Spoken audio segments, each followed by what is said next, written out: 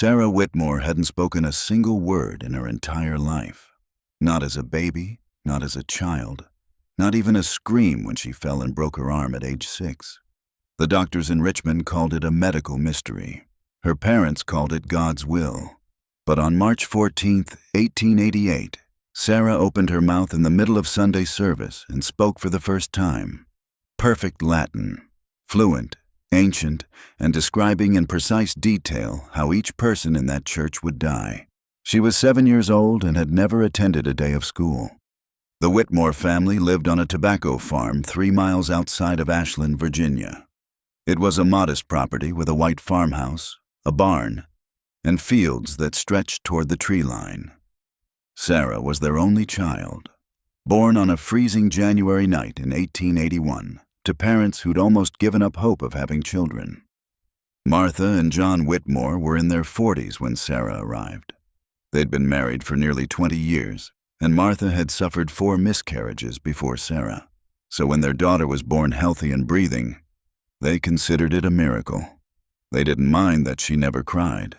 They told themselves she was simply a peaceful baby. But as months turned into years, Sarah's silence became something the Whitmores couldn't ignore. She never babbled like other infants, never made the cooing sounds babies make when they're content.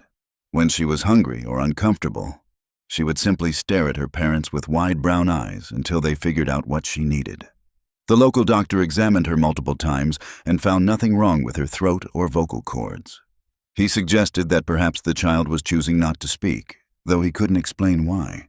By the time Sarah turned 3, the Whitmores had accepted their daughter's condition. She was intelligent, that much was clear. She learned to communicate through gestures and expressions. She could follow instructions perfectly and even helped with simple chores around the farm. She just never made a sound. The other families in Ashland didn't know what to make of Sarah. Some pitied the Whitmores. Others whispered that the child was cursed or touched by something unnatural. Children were particularly cruel. They would taunt Sarah at church gatherings, making faces at her, trying to provoke some kind of reaction. Sarah never responded. She would simply watch them with those dark, unblinking eyes until they got uncomfortable and left her alone. But there was something else about Sarah that people noticed, something beyond her silence that made them uneasy. She knew things she shouldn't know. It started small. Martha would think about making apple pie for dinner, and before she even mentioned it, Sarah would bring her the rolling pin and the apple basket. John would need a specific tool from the barn, and Sarah would retrieve it before he asked. At first, the Whitmores thought their daughter was simply observant, but it happened too often, too precisely. Then there was the incident with the Thompson family. The Thompsons lived on the neighboring farm, and their youngest son, David, was friends with Sarah despite her silence. One afternoon in the summer of 1887, David came to play at the Whitmore farm. He and Sarah were in the yard when suddenly Sarah grabbed his arm and pulled him away from the old oak tree. David tried to resist, confused, but Sarah held on with surprising strength. 3 seconds later, a massive branch fell from the tree and crashed exactly where David had been standing. David's parents came to collect him, and his mother asked Sarah how she knew the branch would fall. Sarah just stared at her and pointed upward. When they looked, they saw that the branch hadn't shown any signs of weakness. It was thick and green, and by all logic, it shouldn't have fallen at all. Word of the incident spread through Ashland. Some people started calling Sarah a guardian angel. Others called her a witch. The Whitmores tried to protect their daughter from the gossip, but it was becoming harder to ignore the strangeness surrounding her.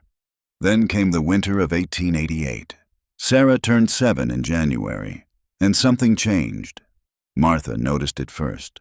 Her daughter had always been quiet, but now she seemed distant in a way that felt wrong.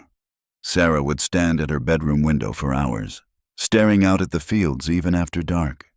She stopped eating properly. Her skin grew pale, and dark circles appeared under her eyes.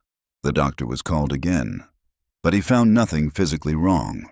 He suggested that perhaps Sarah was experiencing some form of melancholy, though he'd never seen it manifest in such a young child. He recommended fresh air and sunlight, but nothing seemed to help. Sarah's behavior grew more disturbing. She began walking in her sleep, always heading toward the same spot at the edge of their property, where the fields met the woods. John had to install a lock on her bedroom door to keep her inside at night. But even locked in her room, Sarah would stand by the window, her lips moving silently as if she were speaking to someone only she could see. Martha started finding drawings hidden under Sarah's mattress, strange symbols and shapes that looked like writing, but in no language Martha recognized.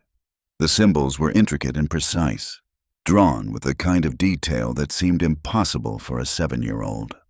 When Martha showed them to John, he burned them in the fireplace and told his wife they would never speak of them again.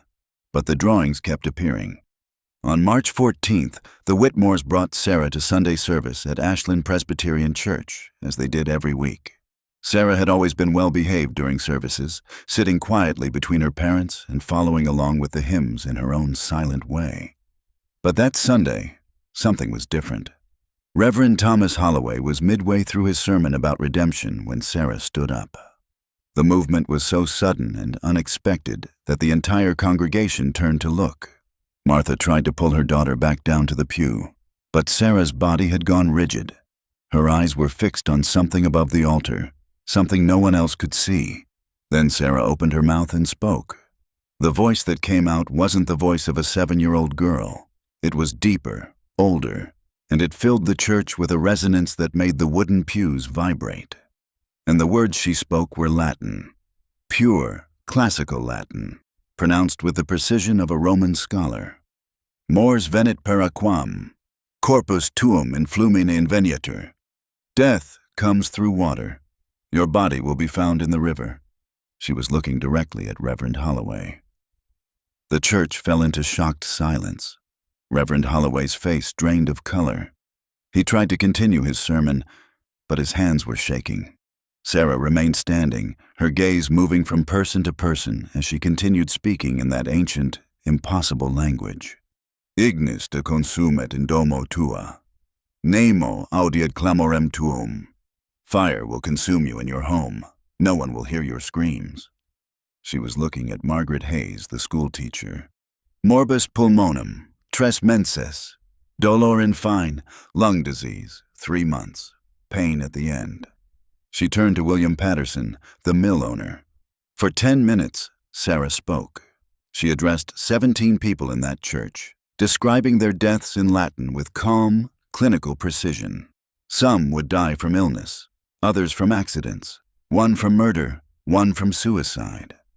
She provided dates, locations, and specific details about how their final moments would unfold.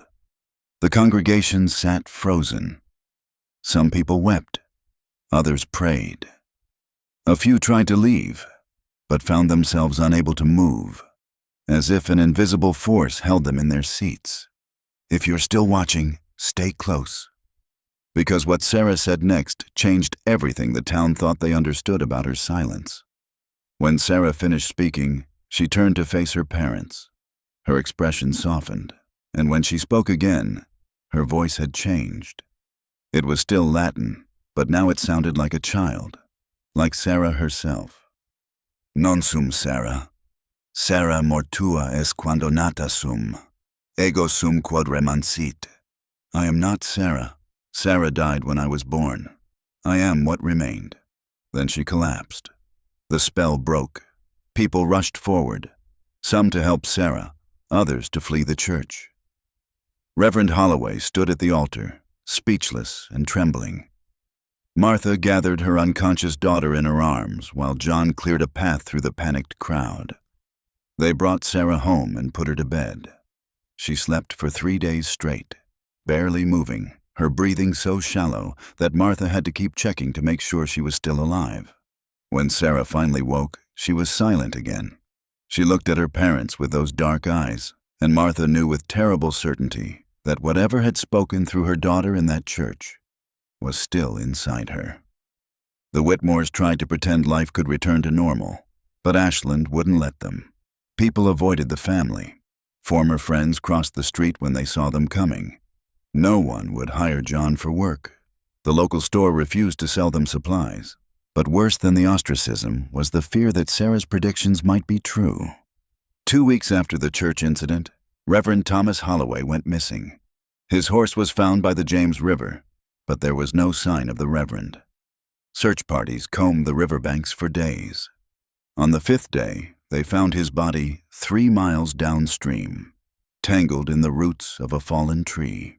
The coroner ruled it an accidental drowning, but everyone in Ashland remembered what Sarah had said. Death comes through water. Your body will be found in the river. The town erupted in paranoia. The 16 other people Sarah had spoken to became terrified. Some left Virginia entirely, fleeing to other states in hopes of escaping their predicted fates.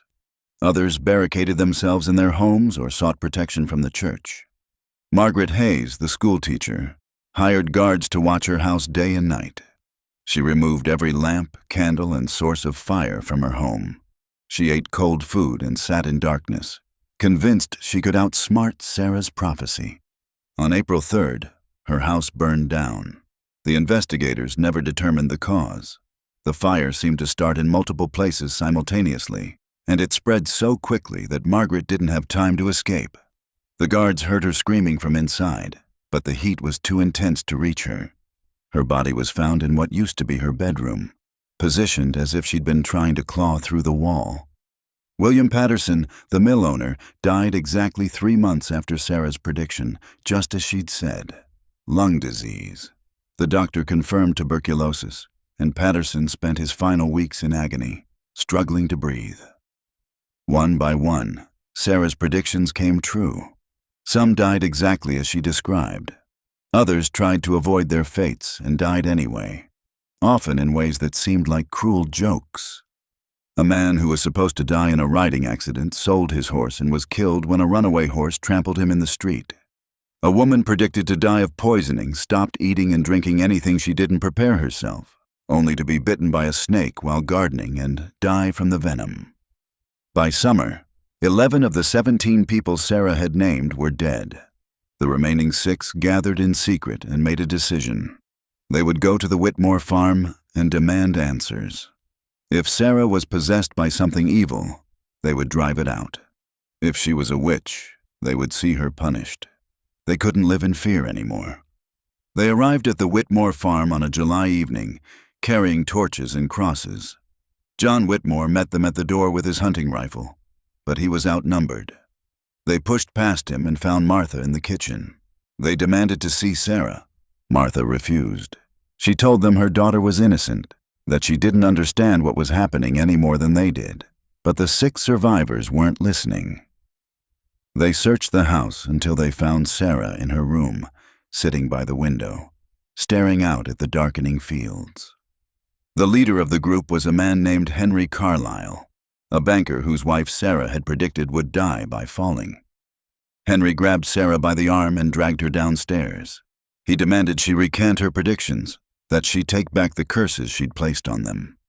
Sarah looked at him with those dark, unblinking eyes. Then she spoke again, not in Latin this time, but in English, her first words in her own language. "I didn't curse you. I just saw what was already coming." Her voice was small and tired, the voice of a little girl who'd been carrying something too heavy for too long. "Then tell us how to stop it," Henry demanded. "You can't," Sarah said simply. "Death finds everyone. I just see the path it takes." "Then what are you?" another man shouted. "What's inside you?" Sarah's expression changed. The exhaustion faded, replaced by something ancient and sad. "I'm the space between," she said. "The moment between heartbeats." The silence before sound. The girl who should have died was taken, and I was left in her place. I don't belong here, but I can't leave. So I watch, and I see, and I speak what shouldn't be known. The men released her, suddenly afraid.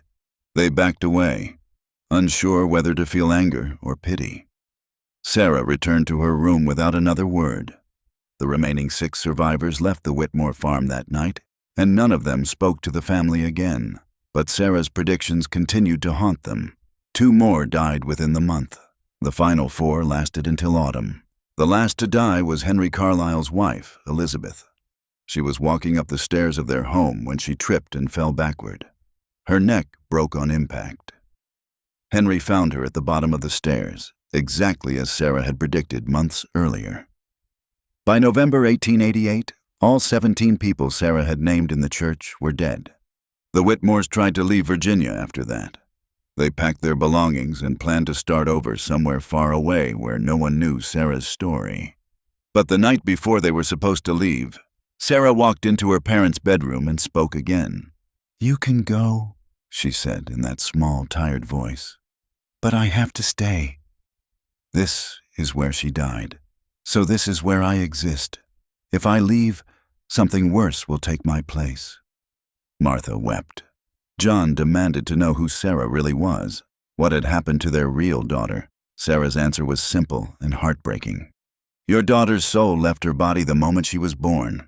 It was too pure for this world. She went somewhere better. I'm what filled the emptiness she left behind. I'm not evil, but I'm not human either. I'm the echo of something that should have been. The Whitmores made their choice.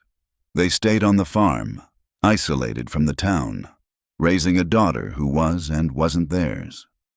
Sarah never spoke in public again, but Martha sometimes heard her talking late at night in her room, whispering in Latin to entities her parents couldn't see. Sarah lived on that farm until she was 63 years old. She never married, never left the property, and never spoke to anyone outside her family. When her parents died, she buried them in the family plot and continued living alone in that farmhouse.